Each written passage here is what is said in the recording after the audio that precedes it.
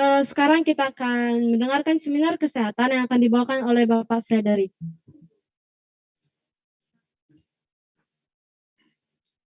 Baik, selamat pagi, Shalom.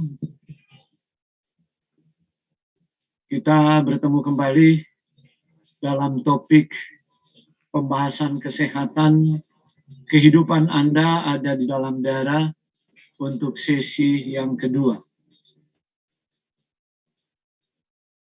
Dengan hormat saya menyapa pimpinan Yayasan Pendidikan Advent Batam, para kepala sekolah, dan adik-adik siswa yang saya kasihi dari TK sampai SMA.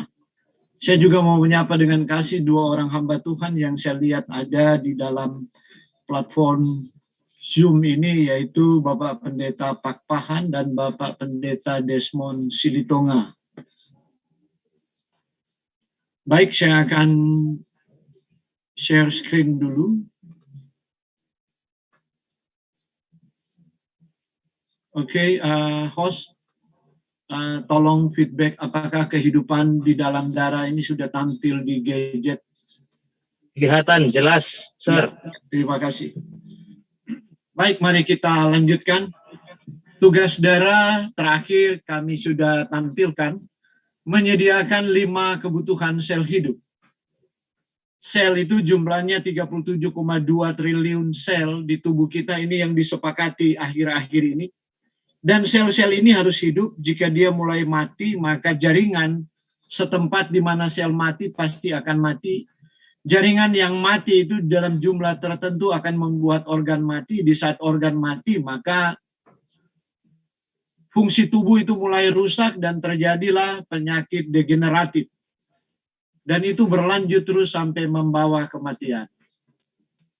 Nah, penyakit-penyakit degeneratif itu seperti penyakit jantung dan pembuluh darah, stroke, diabetes, penyakit ginjal, penyakit liver, penyakit rematik, ya, miom, kanker, ya, endometriosis, ada banyak.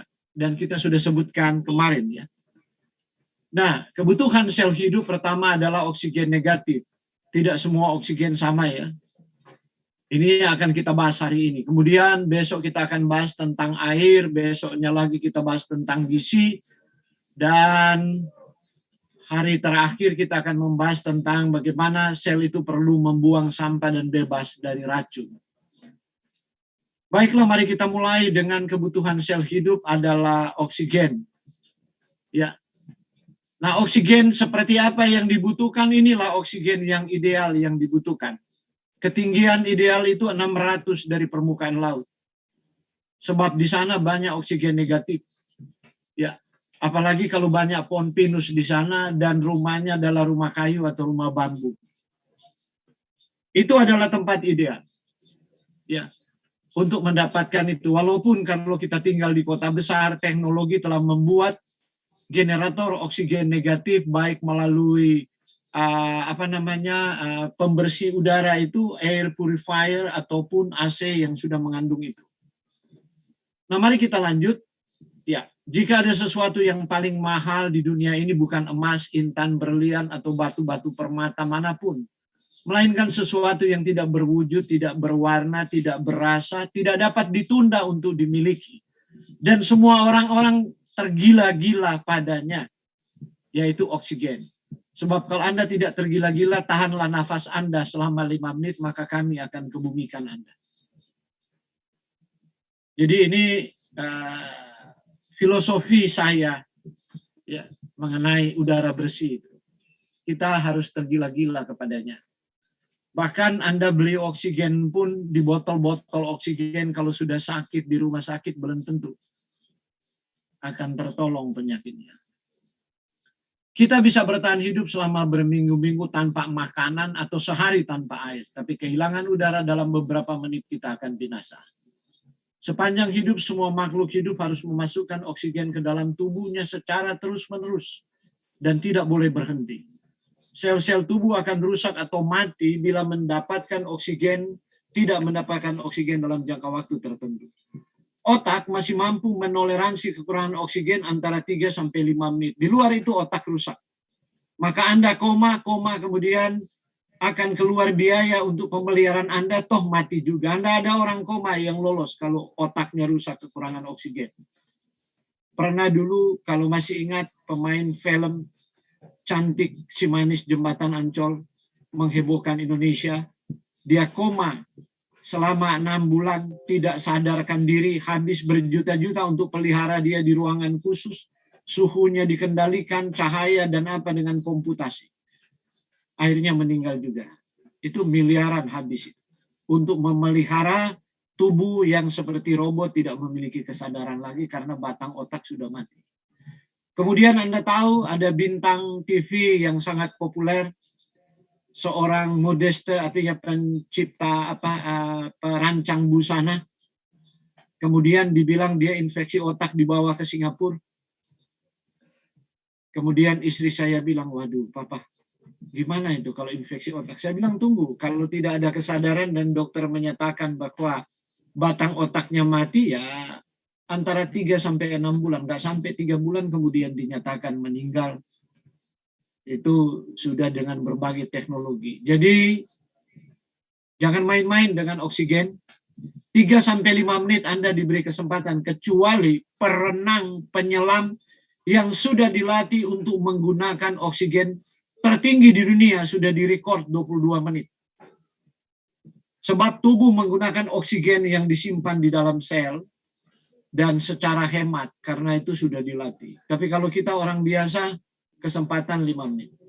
Karena itu kalau Anda celaka terbentur di kepala dan sumbatan oksigen terjadi, maka pasti akan meninggal. Dalam keadaan biasa sehari semalam kita memerlukan 300 liter oksigen, tidak sedikit ya. Tanya harganya berapa 300 liter oksigen kalau orang sakit. Sehari semalam kita perlu itu. Lebih kurang 0,25 per menit. Tapi kalau Anda pemain basket, pemain bola kaki, Anda perlu lebih besar. Bisa sampai 600 atau 900 pada saat bermain. Jumlah tersebut akan meningkat karena aktivitas tubuh meningkat. Dan itu gratis ya. Tuhan memberikan gratis. Dan hutang itu tidak pernah bisa kita bayar. Walaupun kadang-kadang kita tidak memperhatikannya. Ya. Tapi ada orang begitu congkak, dia pikir dengan persembahan perpuluhan, dia telah membayar Tuhan dan menyumbang gereja, memberi mobil kepada pendeta dan sebagainya. Padahal ada yang tidak pernah bisa kita bayar seumur hidup dan kita terima secara gratis. Karena itu saya selalu mengatakan bahwa hidup dan kesehatan adalah anugerah, bukan kebetulan. Dan sehat atau tidak kita itu adalah investasi, bukan biaya. Tapi kalau kita menganggap biaya, boleh buatlah sakit dan rasain biayanya di rumah sakit. Kalau sudah penyakit-penyakit degeneratif lanjut. Maka itu kita harus belajar memandangnya sebagai investasi. Jangan cuma beli apartemen, investasi. Tanam uang di bank, investasi. Tanam uang di usaha, investasi. Hidup itu lebih berharga dari uang kita. Oksigen yang dihirup itu tidak sama. Ion ini adalah atom atau molekul yang mendapatkan atau kehilangan elektron. Kita belajar sedikit ya. Mohon maaf untuk adik-adik masih kecil, tapi saya tahu di Amerika mereka diajari cuma dengan lebih banyak gambar. Ya, animasi. Nah, ion positif itu bermuatan positif karena tidak memiliki lebih banyak proton daripada elektron. Nah, ini penting untuk anak SMP dan SMA. Sedangkan ion negatif bermuatan negatif karena memiliki lebih banyak elektron daripada proton. Oke, itu sederhananya mengenai oksigen ion negatif dan oksigen ion positif. Ion negatif adalah ion oksigen yang memiliki elektron ekstra yang terikat, yang terjadi secara alami di alam. Yang sekarang ditiru oleh air purifier dan AC.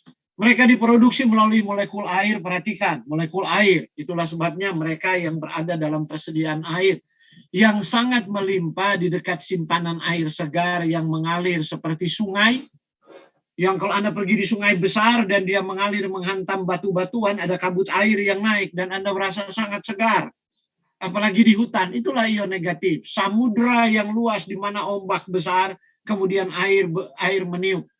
Karena itu kalau Anda pergi di hutan, di pinggir sungai besar, di samudra, di air terjun, atau sesudah badai, ya, Anda merasa sehat sekali, enak sekali. Pikiran Anda plong, suasana hati Anda nyaman, Anda bahagia, pegel-pegel Anda hilang. Atau mereka yang ke puncak setiap malam minggu hanya untuk beristirahat walaupun macet di Jumat malam mereka naik. Atau malam minggu tapi berebut mau ke puncak atau mau ke Tretes di Jawa Timur. Karena ion negatif. Oke, tapi orang nggak menyadari kenapa dia tergila-gila. Dia merasa seperti dia di recharge lagi dan kemudian stresnya itu di reduce. Ada keseimbangan yang rumit di alam tentang oksigen negatif dan positif.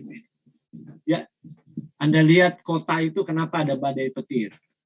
Orang ketakutan dengan badai petir, tapi itu adalah berkat. Selama dunia ini berdosa, dan dunia ini penuh dengan sampah, oleh karena manusia berdosa suka buat sampah, dan dia bakar lagi sampahnya bikin polutan, maka Tuhan kirim petir. Dia biarkan sampahnya itu membusuk, maka Tuhan kirim petir. Karena belas kasihannya, kalau enggak kita sudah lama mati. Dengan racun yang dihasilkan oleh pembusukan sampah. Atau sampah yang kita bakar. Banyak orang membakar sampah tidak merasa bersalah. Mereka suruh Tuhan bikin kerja. Dan mereka mulai ketakutan jika petir itu luar biasa seperti akan membakar. Itulah manusia, kesia-siaan manusia. Dia bikin dosa. Tuhan kirim berkat, dia ketakutan.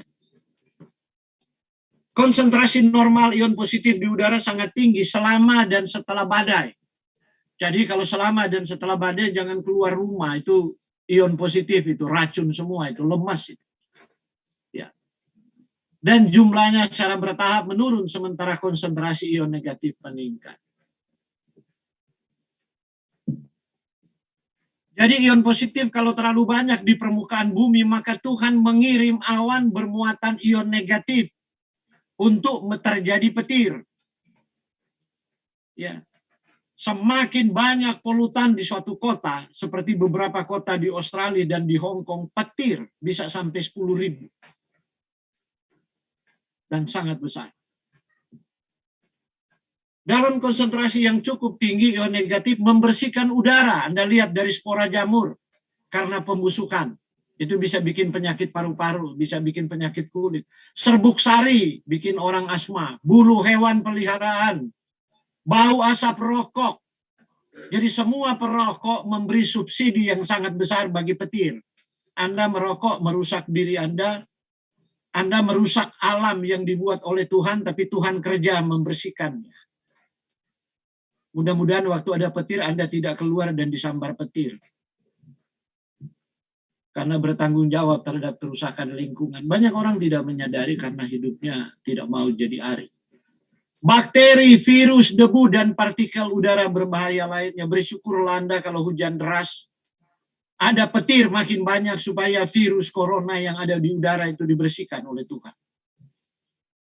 Walaupun dia berlanjut terus, sebab memang Tuhan sutradara yang mengendalikan walaupun itu dilepaskan oleh setan, karena Tuhan sudah kadung kesal dengan dosa manusia di akhir zaman yang tidak mau bertobat.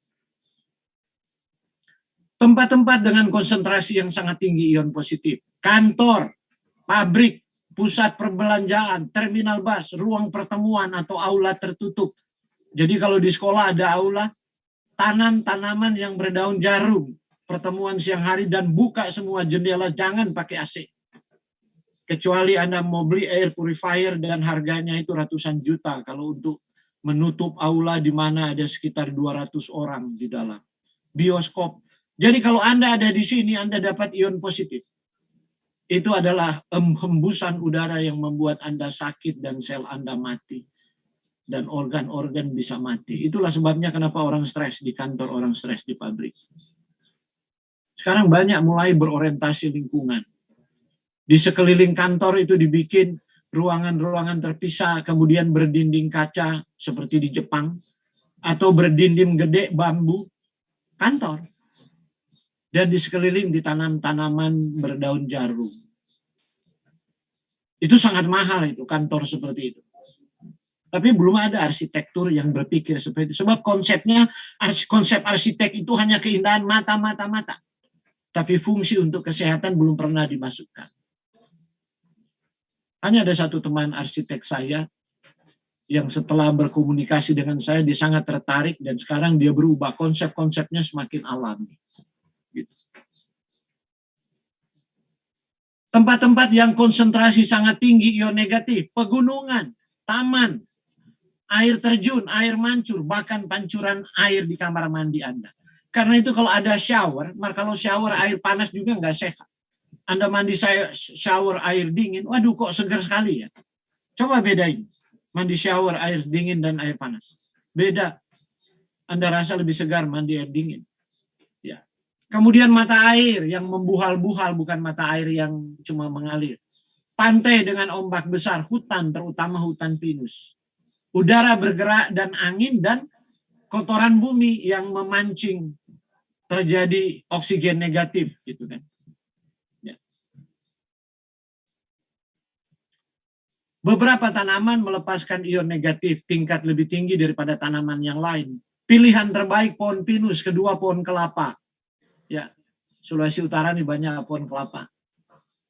Saya pulang Manado membangun rumah di halaman keluarga cukup besar halamannya dan terbuka. Rumah 2 lantai rumah Minahasa, tapi jauh di sekitar 5 kilo itu kan masih banyak pohon kelapa. Jadi udaranya terasa segar sekali. Kemudian ada kembang lidah mertua, bukan lidah mertua benar-benar. Saya nggak tahu kembang ini dinamakan lidah mertua. Pohon bambu, yang bambu kecil-kecil itu di sepanjang jalan tol, itu kenapa bambu itu ditanam? Banyak orang nggak ngerti, itu hanya dianggap peredam bunyi, itu peredam bunyi dan peredam polutan. Pohon palem berdaun jarum, bunga krisan, bunga gerbera. Nah, jadi ini yang menghasilkan ion negatif. Oke. Polusi udara dan penyakit. Jadi Anda lihat itu penyakit paru-paru obstruktif kronik, PPOK, itu banyak di Indonesia. Studi epidemiologi secara konsisten menunjukkan hubungan langsung antara polusi udara perkotaan. Ya, dari kendaraan bertenaga pembakaran, ya, bertenaga pembakaran, tenaga bensin, tenaga solar, minyak tanah, batu bara, dan pembangkit listrik yang menggunakan tentu batu bara atau solar. Berhubungan dengan penyakit jantung, pembuluh darah, dan paru-paru. Itu jurnalnya di bawah saya kutip.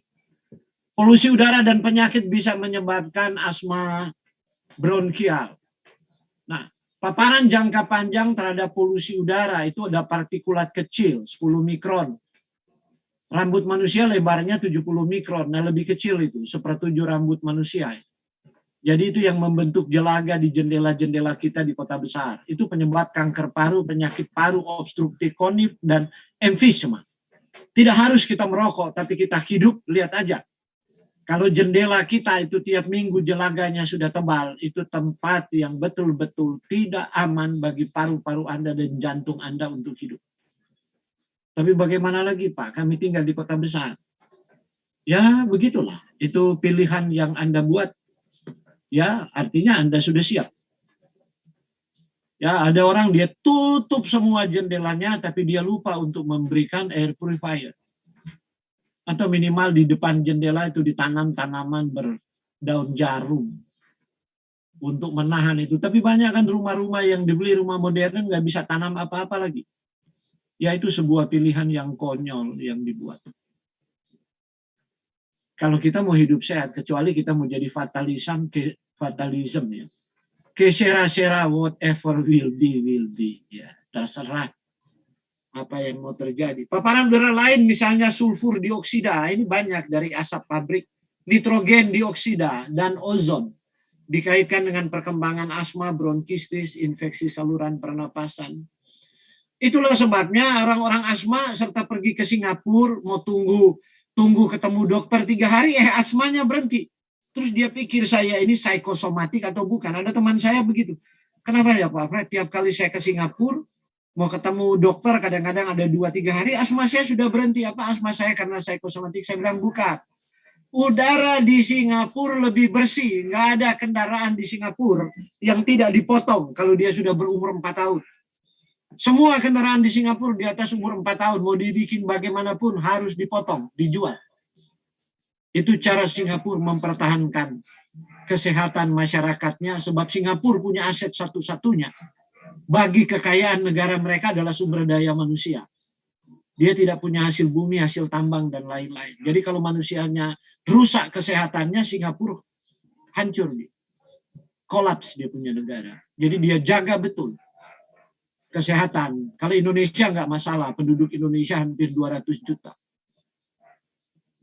Itu kadang-kadang saya menganggap bahwa ada kebijakan-kebijakan yang kurang diperhatikan prioritasnya. Nah, mari kita lihat peneliti Eropa menyelidiki risiko paparan jangka panjang terhadap polusi lalu lintas. Dalam sebuah penelitian meneliti 5.000 sukarelawan yang dipilih dalam kohort Belanda di mana saya kuliah tentang diet dan kanker.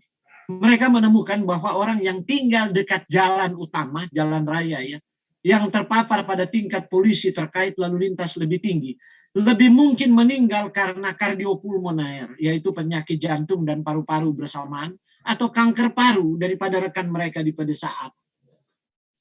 Jadi Anda lihat, padahal di Belanda itu standar polusinya juga ketat sekali, tapi mereka melihat ada perbedaan. Dan saya sudah mengunjungi desa-desa di Belanda di mana mereka membuat pertanian organik. Jadi tidak ada sampah yang membusuk, sampah itu dijadikan pupuk. Semua sampah rumah tangga dan sampah-sampah plastik itu dibawa ke industri daur ulang. Sampah kayu, pokoknya sampah organik semua, sampah kertas, pembungkus apa didaur ulang menjadi pupuk. Ya, bahkan mereka potong pohon itu langsung masuk, itu ada di semacam mobil seperti beton molen, langsung dia giling.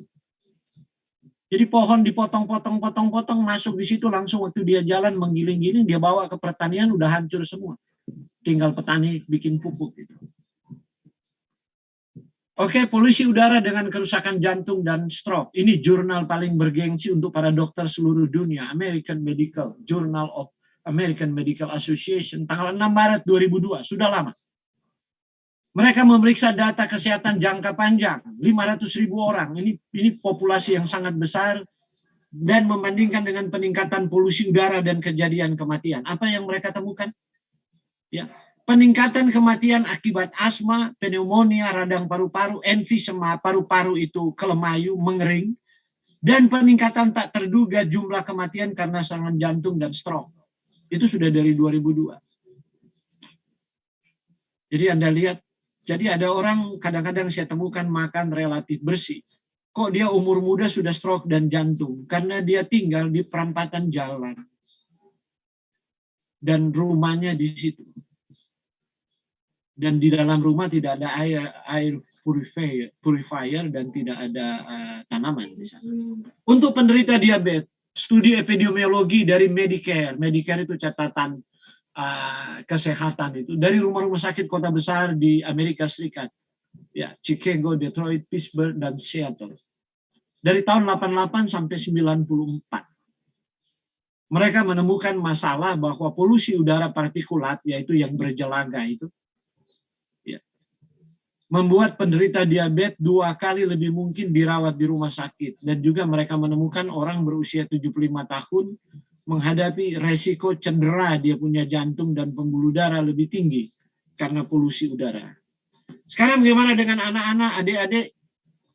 Anda dengan polusi udara, bahkan anak-anak sangat berisiko terkait polusi udara. Paparan kronis terhadap partikulat, yaitu jelaga. Anda mau tahu jelaga itu berdiri aja di belakang knalpot dari busway, bus kota. Nah, Anda akan dapatkan partikulat di sana. Itu sulfur atau asap pabrik, sulfur dioksida dan nitrogen dikaitkan dengan peningkatan hingga 300% pada gejala pernapasan kronis non-spesifik. Artinya bukan asma dan penyakit yang lain, tapi kok dia batuk terus, meradang terus, pergi ke dokter nggak sembuh-sembuh. Pernah ada beberapa anak saya punya klien begitu, saya bilang pindah rumah. Loh Pak, kok ngobatnya begini? Kalau saya bilang nggak, kembali aja ke dokter, Anda udah 4 tahun kan? Iya Pak, nggak sembuh-sembuh, pindah rumah. Loh Pak, kami kerja di Jakarta, jual rumahmu di Jakarta, pindah keluar dari Jakarta, di mana banyak taman, cari di mana ada pohon-pohon, dan Anda kerja ke Jakarta. Kalau perlu Anda yang kos di Jakarta, istri sama anaknya, pindah keluar kota. 1 tahun kemudian baru dia say hello kepada saya, Pak terima kasih nasihatnya, kami sudah pindah. Nggak diobati ini, sudah sebulan. Anak saya nggak radang lagi, dia punya paru-paru. Dokter juga bingung. Saya bilang, kok Anda baru menurut setelah berapa tahun? Untung paru-parunya tidak membentuk jaringan yang mati dan menjadi emfisema. Sudah telat. Ya, penurunan fungsi paru-paru itu terjadi secara signifikan, khususnya bagi anak-anak masih kecil yang meler-meler, selalu meler, pergi ke dokter meler lagi, cuaca nggak berubah, nggak lagi hujan, nggak lagi, itu polusi udara, wahai orang tua. Ya. Jadi anak-anak kecil sekarang, ya, Sir sudah beritahu, Anda sudah tahu, kalau orang tua belum tahu, kasih tahu. Mama, saya sudah ke dokter, saya selalu meler, saya selalu flu. Kok nggak baik-baik, yang lain nggak? Ini mungkin bermasalah, kami tinggal ini. Ya. Atau kamar tidur Anda terhubung dengan dapur, jadi semua yang dimasak di dapur, asap pembakaran masuk ke kamar tidur. Itu perencanaannya nggak betul tuh. Nah ini, para peneliti di Belanda menilai data lebih dari 4.000 bayi yang lahir di Belanda. Kesehatan anak-anak dikaitkan dengan polusi udara lalu lintas.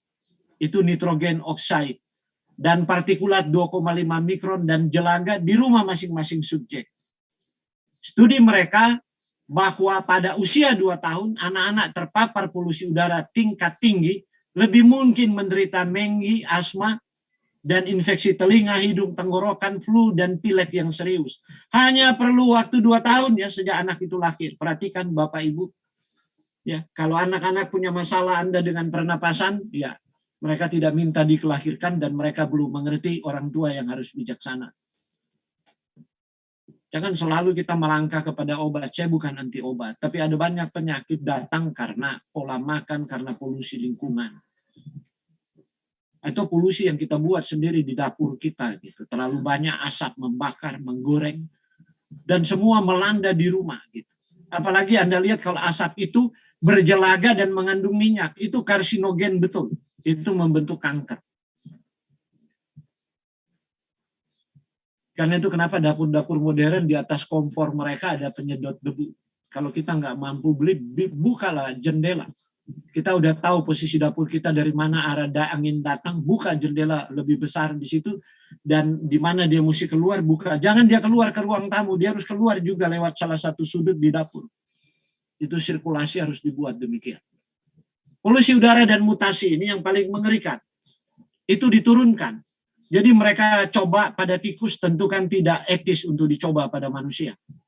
Jadi tikus yang terpapar dengan polusi udara dari pabrik, tikus itu kemudian mengalami kerusakan genetik, tidak punya keturunan. Ternyata itu diturunkan juga kalau dia punya keturunan. Nanti itu juga diturunkan gennya, nanti nggak bisa punya anak. Jadi kalau nggak bisa punya anak, bukan Tuhan yang nggak kasih anak ya. Nggak usah jungkir balik. Saya pernah punya klien di Jawa Timur. Setia di gereja, tapi sedih sekali. Ya. Terus dia bilang, saya bilang oke, nggak punya anak, udah berdoa-doa, nggak punya anak. Saya bilang begini, periksa dulu. Periksa indung telur dan lain-lain, wanita bagus. Sekarang suami. Anda kerja di mana? Di pabrik. Saya bilang Anda periksa. Ditemukan. Dia punya sperma banyak yang cacat. Ya nggak punya kepala. Gimana saya bilang dia mau membuahi sel telur? Terus sudah. Jadi bagaimana Pak? Oke. Saya kasih jus terapi, tapi dia nggak betah jus terapi. Dia kembali ke dokter, pengobatan hormon dan lain-lain. Tetap nggak punya anak sampai 4 tahun. Terus kembali lagi. Saya bilang enggak, Anda lakukan aja seterusnya itu sampai Anda tua gitu. Karena double. Kemudian dia ubah pola makan dan saya bilang, minta sama bosmu jangan lagi di pabrik. Yang lain kayak kamu jadi kanvaser atau kemudian jadi agent di kantor, itu dan sebagainya, didengar. Hanya 1 tahun kemudian, dia say hello, terima kasih Pak Waworuntu, istri saya hamil. Dan, ya. Ion positif itu hembusan angin yang sakit. Itu dalam bahasa saya. Ya, itu angin yang bikin sakit. Petunjuk awal tentang efek biologis ion pada kesehatan manusia muncul sebagai laporan tentang peningkatan iritabilitas, jadi sensitif, gampang marah, gampang tersinggung, serangan migrain, sakit kepala. Kemudian meningkat tromboemboli itu yang berbahaya di paru-paru. Itu mengenai ion positif. Nah, saat terpapar ion positif terakumulasi di atmosfer, contoh di awal badai. Para peneliti secara rutin mencatat hewan menjadi gelisah, agresif, lebih rentan terhadap penyakit pernapasan.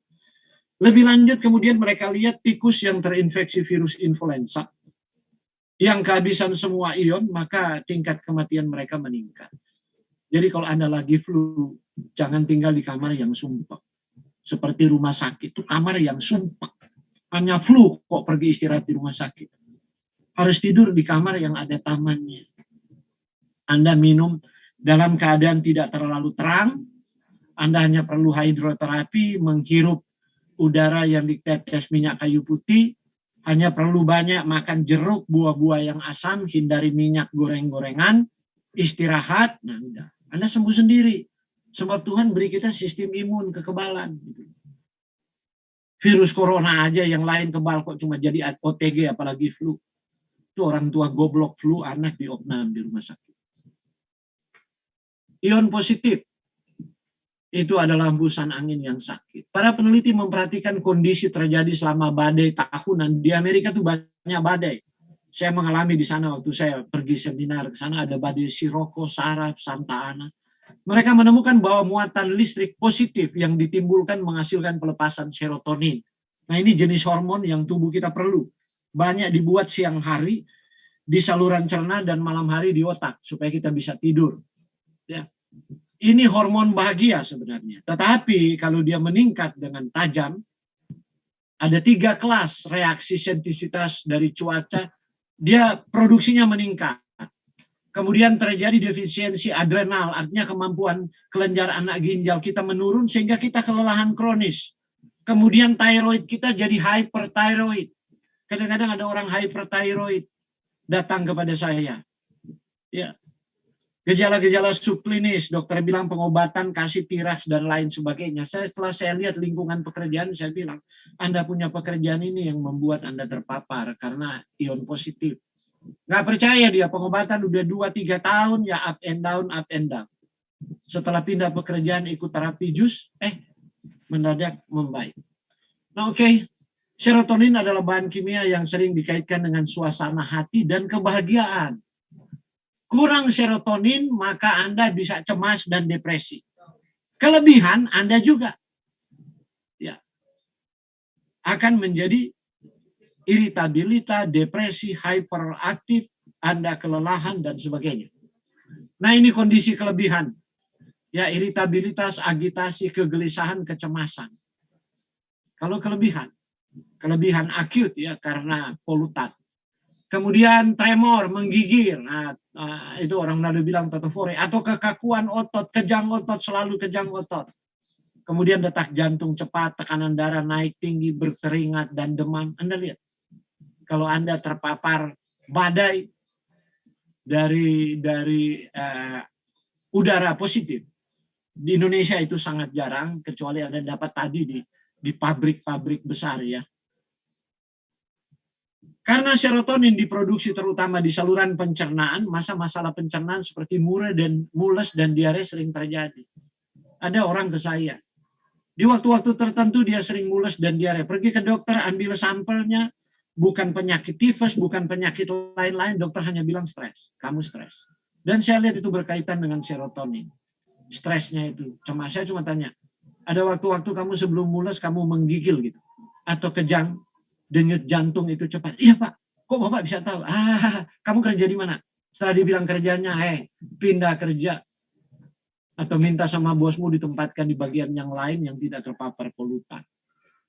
Bukti penelitian menunjukkan bahwa ion positif menyebabkan stres, dan stres yang akut itu menyebabkan kondisi kelelahan. Nah, anak-anak, kalau Anda sering lelah, selain makanan ya, yang saya sebut kemarin, Anda makan sudah sehat tapi sering kelelahan, mungkin Anda tinggal di pinggir jalan raya.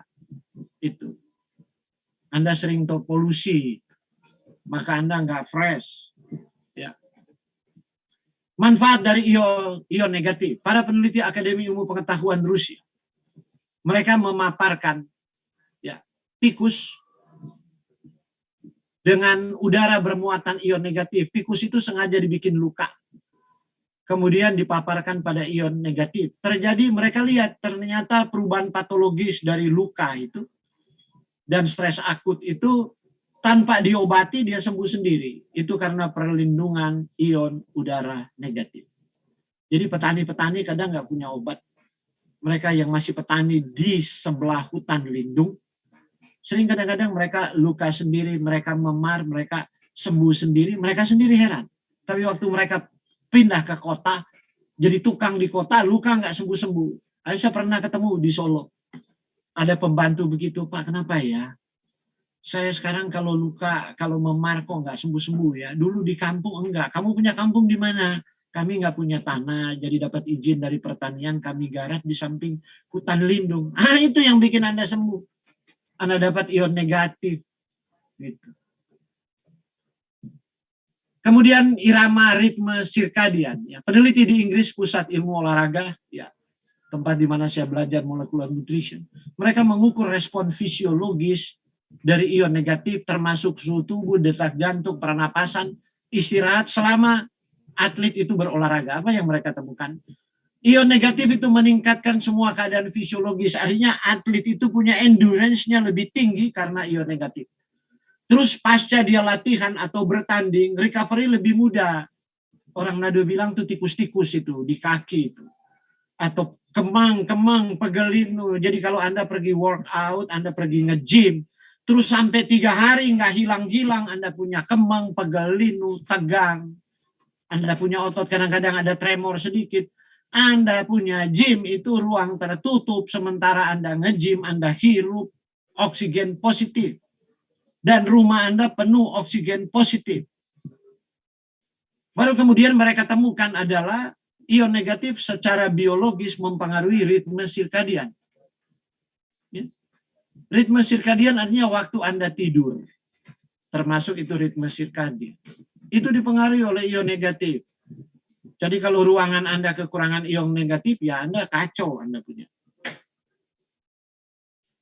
Petunjuk lain tentang peran ion negatif itu dari penelitian dari Rusia, Institute of Theoretical and Experimental Biophysics, the Russian Academy of Science, di Pushkino, Rusia. Mereka menemukan bahwa paparan ion negatif meningkatkan kadar enzim, the mother enzim ini, superoxide dismutase. Enzim ini yang membuat kita, sel itu sudah mau mati, nggak jadi mati kalau terpapar polutan. Jadi ini enzim anti-aging, anti-kanker. Kebanyakan orang kanker, orang menjadi tua, orang diabetes, penyakit degeneratif, enzim ini sangat kurang. Ya. Di eritrosit mereka, sangat kurang juga pada sel-sel mereka. Itu bisa dibangkitkan oleh ion negatif. Itulah sebabnya anak-anak yang saya kirim untuk meneliti ke hutan, ya. Karena saya pergi ingin cari hutan, saya mau ada rumah di hutan, dan kemudian pemerintah mengizinkan hutan itu bisa dibuka. Mereka bilang begini, Sir, kita jalan 7 jam, itu melelahkan sekali sampai di atas. Dapat sungai besar, yang di Google saya lihat sungai itu. Kemudian kami tidur di situ. Besok kami pikir, loh kok kami segar sekali, lebih segar daripada sebelumnya, sebelum kami naik. Ada apa ya? Saya bilang itu sungai itu berkabut, dia punya air, benar.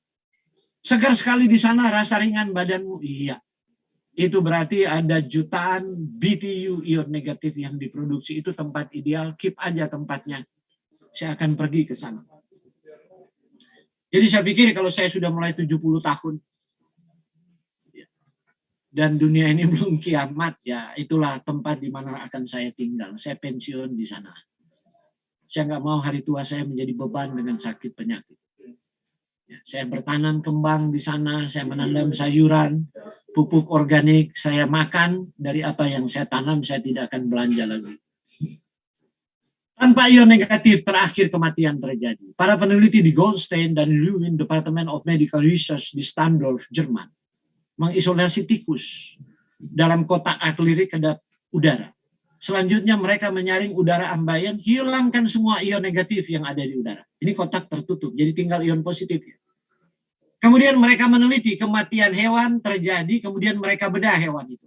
Ditemukan hewan itu mati karena gangguan neurohormonal, jadi hormon yang mempengaruhi saraf dan insufiensi, tidak berfungsi kelenjar hipofisis yang ada di otak, itu the mother kelenjar. Contoh, kalau dia tidak berfungsi baik pada wanita, itu menstruasinya lari-lari gitu. Masih remaja, masih apa, kadang-kadang menstruasinya 3 bulan nggak ada. Ya seperti itu. Kelenjar hipofisis nggak berfungsi. Contoh ibu-ibu, air susu nggak diproduksi padahal dia sedang hamil tua. Itu contoh kelenjar hipofisis. Dan ada banyak hal yang lain. Oke, saya punya closing statement. Selanjutnya Tuhan Allah membuat taman di Eden di sebelah timur. Disitulah ditempatkannya manusia yang dibentuknya itu. Wahai orang Kristen, saya mau katakan Tuhan tidak membuat rumah untuk menempatkan. Tidak membuat gedung untuk menempatkan makhluk manusia ciptaannya yang pertama. Tapi dia beri di Taman Eden. Kita dengar ini hanya sebuah cerita legenda. Kita tidak mendapat hikmat di sana. Padahal Tuhan mau mengajarkan tentang oksigen negatif dan lingkungan yang asri di taman. Jadi buatlah rumahmu menjadi taman. Jangan terlalu fobi. Main ditebas-tebas, main dibersihkan, di beton semua. Itu konyol. Tuhan tidak pernah buat itu. Tuhan buat taman untuk menempatkan manusia. Tapi orang Kristen banyak yang double. Rumah gedung dibikin pagar tinggi-tinggi setinggi rumah dan dibungkus semua. Anda mau mati dengan diabetes, jantung, penyakit paru-paru, atau kanker. Buatlah taman di rumah Anda. Ya. Sedapat mungkin di kamar tidur buka jendela, itu taman, bukan dapur. Sebab Anda tidur cukup lama sebanding dengan Anda aktif. Anda kalau tidur 8 jam, Anda juga kerja 8 jam. Di ruang yang pengap dan hanya ada AC di sana. Kalau Anda sangat terpaksa, memang nggak ada tempat lain, rumah Anda, belilah air purifier walaupun mahal. Dan kalau siang hari, taruhlah pot bunga yang berdaun jarum yang bisa didorong, sebab kalau malam hari harus dikeluarkan. Malam tanaman itu menyerap oksigen, berebutan nanti. Tapi kalau siang dia menyerap karbon dioksida dan racun. Kasih masuklah kembang lidah mertua, pohon bambu kuning berdaun jarum di pot yang pakai loda. Taruhlah di kamar tidur Anda. Nanti pas malam Anda dorong lagi dia keluar. Ya Tuhan memberi kita hikmat. Mengapa Tuhan menempatkan manusia di taman ini? Tuhan memberkati Bapak, Ibu, Saudara-saudara, dan adik-adik sekalian. Amin.